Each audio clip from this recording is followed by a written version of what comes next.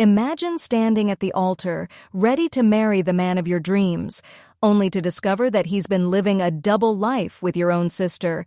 Sounds like a bad movie, right? Well, for me, it was a cruel reality.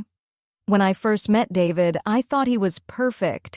Charming, attentive, ambitious, the kind of man who made me believe fairy tales weren't just for kids. We met at a coffee shop, of all places, and what started as a casual conversation over lattes quickly grew into something serious. Within months, he was meeting my family, attending dinners with my parents, and, most importantly, getting close with my younger sister, Emily. I never thought much of it. After all, I wanted the two people I loved most to get along. Looking back now, maybe I was too naive. Emily and I had always been close. She was the fun sister, the spontaneous one, the life of the party. I was the planner, the responsible one. So when she and David hit it off, joking and laughing at family gatherings, I told myself it was a good thing, that it meant he'd fit right into our family. Fast forward 2 years, and David proposed. It was magical. He booked a weekend trip to the mountains, rented a cozy cabin, and surprised me with a ring by the fireplace. I cried, of course, and said yes without hesitation. That night I thought my life was officially complete. But if you've ever noticed how happiness sometimes blinds you, you'll understand what happened next.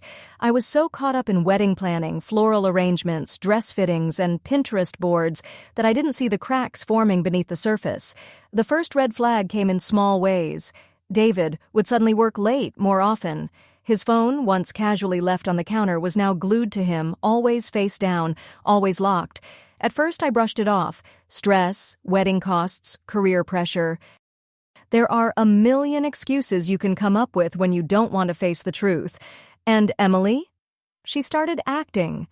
Strange, she was distant at times, then overly interested in the wedding details at others. She asked about David more than usual, how he was doing, if he was stressed, if he needed help. I thought she was just being supportive, trying to be the best sister ever. But there was one night, the night that changed everything for me, when suspicion crept in so strongly that I couldn't ignore it anymore. One Tuesday night, David came home, late from work, kissed me on the forehead and headed straight for the shower. He always used the same cedarwood cologne. That night, there was a different note, powdery, floral, familiar in a way I couldn't place. I told myself I was imagining it. That scent clings in elevators and ride shares. Still, a thread had been pulled. The next day, he left his blazer on a chair. When I picked it up, a tiny gold bobby pin slid onto the floor. Not mine. I wear dark hair ties, not pins, and certainly not gold. I stared at it longer than anyone stares at a hairpin. I put it in my jewelry dish and said nothing. From then on, little things lined up like breadcrumbs. David started guarding his phone with a kind of politeness that felt like a wall face down, "Do not disturb," notifications set to "Only VIPs." He'd always been casual about it. Now he'd take it with him to the bathroom and to the mailbox. He claimed a new push at work meant later hours, but his calendar synced to our shared iPad was mysteriously blank. Emily's patterns shifted too. She was suddenly busy on the exact evenings David worked late. When I invited her to dress fittings or tastings, she was helping a friend or catching up on errands. She'd text me late at night with heart emojis about centerpieces and then go quiet for hours in the afternoon with vague, "sorry phone died" explanations. It wasn't a smoking gun. It was fog-heavy, low to the ground, impossible to ignore. I needed something solid, something I could hold in my hand. I started small. I asked David to pick up our wedding invitations from the print shop on the other side of town. It was a test, nothing more. He claimed he'd swing by after a late meeting. An hour later, a receipt from a bakery 2 blocks from Emily's apartment hit our joint credit card. 2 pastries, 1 oat latte, 1 black coffee. David hates oat milk. Emily swears by it. I tried breathing through it, telling myself I was primed to see connections where there were none. So I did what rational people do when their heart is sprinting. I gathered facts. We'd once shared locations after a weekend road trip went sideways. The setting was still tucked away on his phone. I hadn't looked in months. That Friday, while he showered, I opened the Find My app. A green dot hovered, then moved toward a neighborhood that wasn't his office. My hands felt like salt-soaked paper. I watched the little circle stop near a quiet street I knew too well, Emily's street. I didn't confront him. I couldn't. I needed more than a moving dot. The next afternoon, I told him I'd be out late getting alterations. Instead, I went to the florist to confirm the bouquet. And then I sat in my car with the AC running and my phone recording my thoughts so I wouldn't fall apart. At 6:52 p.m., I texted Emily, "Want to grab a quick dinner? I'm near you." No response. At 7:13, I texted David, "How's work? Need anything?" He replied, "Buried. Might be late." I refreshed the location one more time. The dot didn't move. When I finally drove past Emily's building, one slow turn around the block like a satellite looking for a signal, I saw a black sedan that looked painfully like David's. I didn't stop.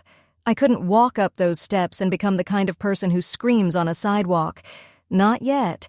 Back at home, I acted normal. Stirred sauce, set plates, laughed at a story I didn't hear. When David came in at 9:40, he smelled like cedar wood again. The universe, though, has a way of giving you exactly what you ask for in the ugliest packaging. The next morning, I was cleaning the guest room where we kept extra chargers and gift bags. In the pocket of a canvas tote one Emily had used when she slept over, I found a crumpled parking stub for a boutique hotel bar across town, date stamped last Wednesday. 2 drinks, 1 appetizer, charged at 8:17 p.m. The handwriting on the server's note looked like D.E. cute couple. I stared until the letters blurred. I wasn't ready to be judge and jury without a defense, so I called Maya my oldest friend, the person who knew my tells and my calm voice when my insides are on fire. I didn't say the words outright. I described patterns like I was presenting a case study. Maya was quiet, then said, "If you're collecting puzzle pieces, finish the picture. Don't confront them until you can slide the box lid across the table and say, 'This is what it is.'" That afternoon, I noticed a new name in David's recent calls, Denton, a contact I'd never heard of. No photo, no last name. The number felt familiar, like a melody you hum without knowing where you heard it. I typed it into my phone and watched iMessage suggest, "Maybe, Emily." I backed out so fast my thumb hurt. Later, when he was making tea, I asked casually, "Who's Denton?" He didn't flinch. "On me, a client? New account?" He said it too easily.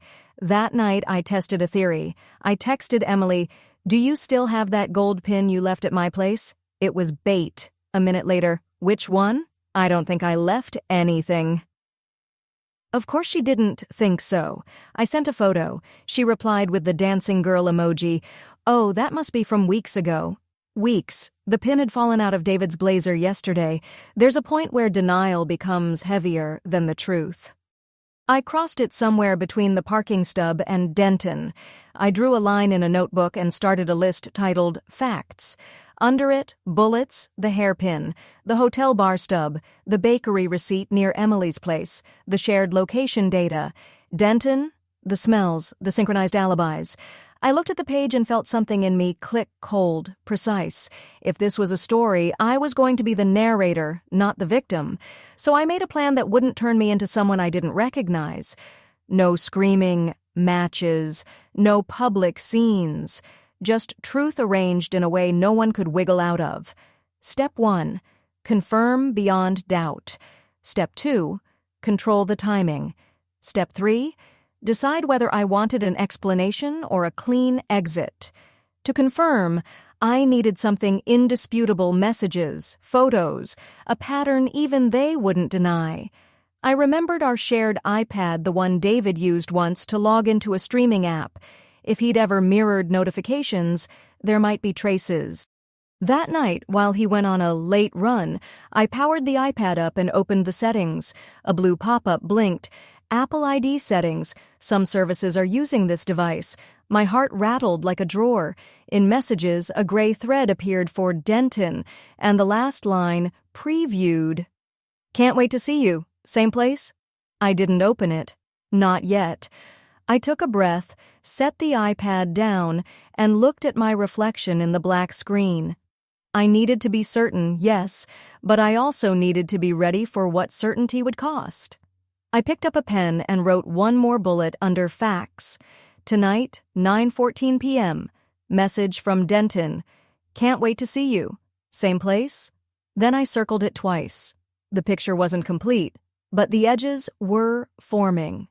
And the next move would define everything that came after. The next day, everything looked the same on the surface routine, safe, domestic. But once you know the walls are cracked, every sound echoes differently. David kissed me goodbye in the morning. I kissed him back like I wasn't holding a detonator in my chest.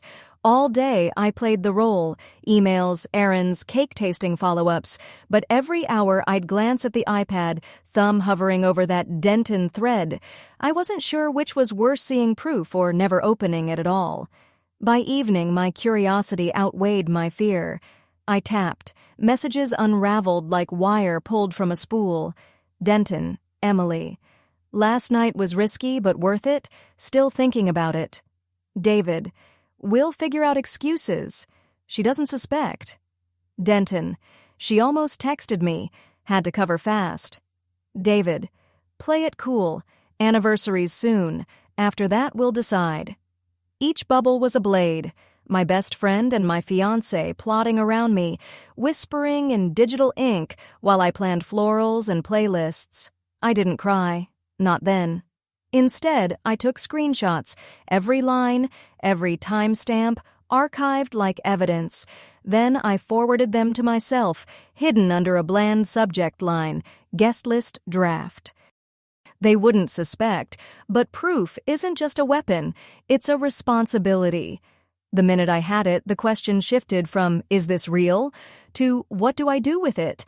I poured a glass of wine, sat at the table, and sketched 2 scenarios. Confrontation, explode, scream, demand answers. Revenge, patience, precision, exposure on my terms. Option 1 gave me heat. Option 2 gave me control. And then the irony hit me like a cruel punchline.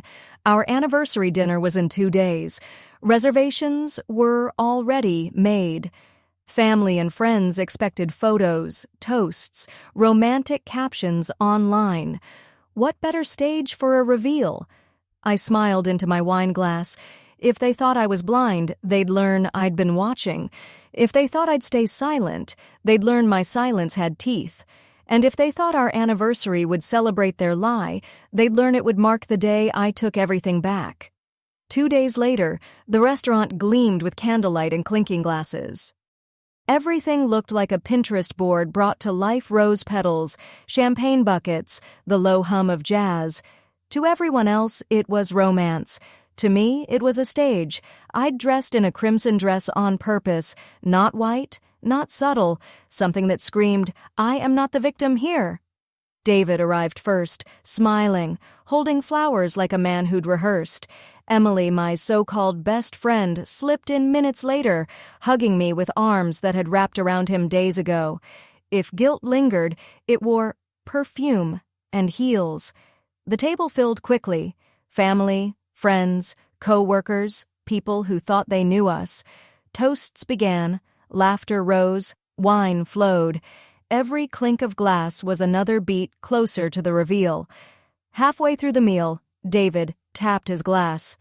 A toast, he announced, grinning, to us, to love that survives everything. Oh, the irony.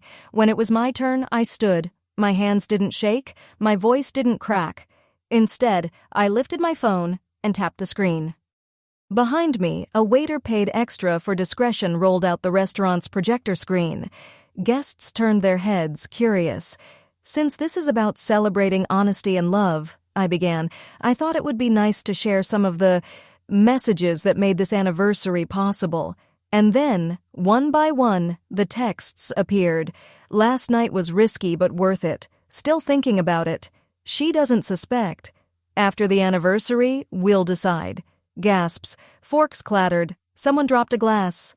David's face drained of blood. Emily's lips trembled, but no words came. The room shifted from laughter to silence so heavy it pressed against the walls. "This," I said, gesturing toward the screen, "is the kind of love my fiancé and my best friend believe in." And then I smiled, slow, deliberate, sharp as glass. I raised my glass. So here's to survival, to surviving lies, betrayal, and the kind of people who mistake cowardice for passion. Them in horror. The other half looked at me with wide-eyed admiration, phones already recording, fingers already tweeting. I downed my champagne in one gulp, set the glass on the table, and walked out without looking back. The restaurant didn't stay silent for long. As soon as I stepped out into the night air, the place erupted like a firework. Some people defended me. She did the right thing. While others whispered excuses for David and Emily, phones lit up everywhere. I knew by morning our story wouldn't just belong to us anymore. It would belong to the internet. David chased after me, face pale, hands shaking. "Please wait. Let me explain." I didn't even turn around. I just unlocked my car, got in, and drove away. Explanation? There was none that would make betrayal look like love. By sunrise, my phone was a battlefield. Messages from guests, screenshots from Instagram stories, TikToks already trending. Anniversary exposed. My humiliation had turned into their entertainment, but strangely, I didn't feel humiliated. I felt free. Emily vanished off social media within 24 hours. David tried to do damage control, sending long paragraphs about mistakes, forgiveness, second chances. I left them on read. That was his punishment, irrelevance. My revenge wasn't screaming, throwing things, or begging for sympathy. It was silence. The kind of silence that says, "You don't even deserve my anger anymore." Weeks later, word spread that Emily had moved out of town. David tried dating again, but everywhere he went, whispers followed. Isn't that the guy who got exposed at his own anniversary dinner? Me? I took that energy, that chaos, and built something new. A life where betrayal wasn't a shadow over my shoulder. A life where I chose who stood beside me, and it damn sure wasn't going to be a liar or a fake friend. Because sometimes revenge isn't about destroying them. It's about reminding them you're untouchable. And walking away from the ashes with your head held high.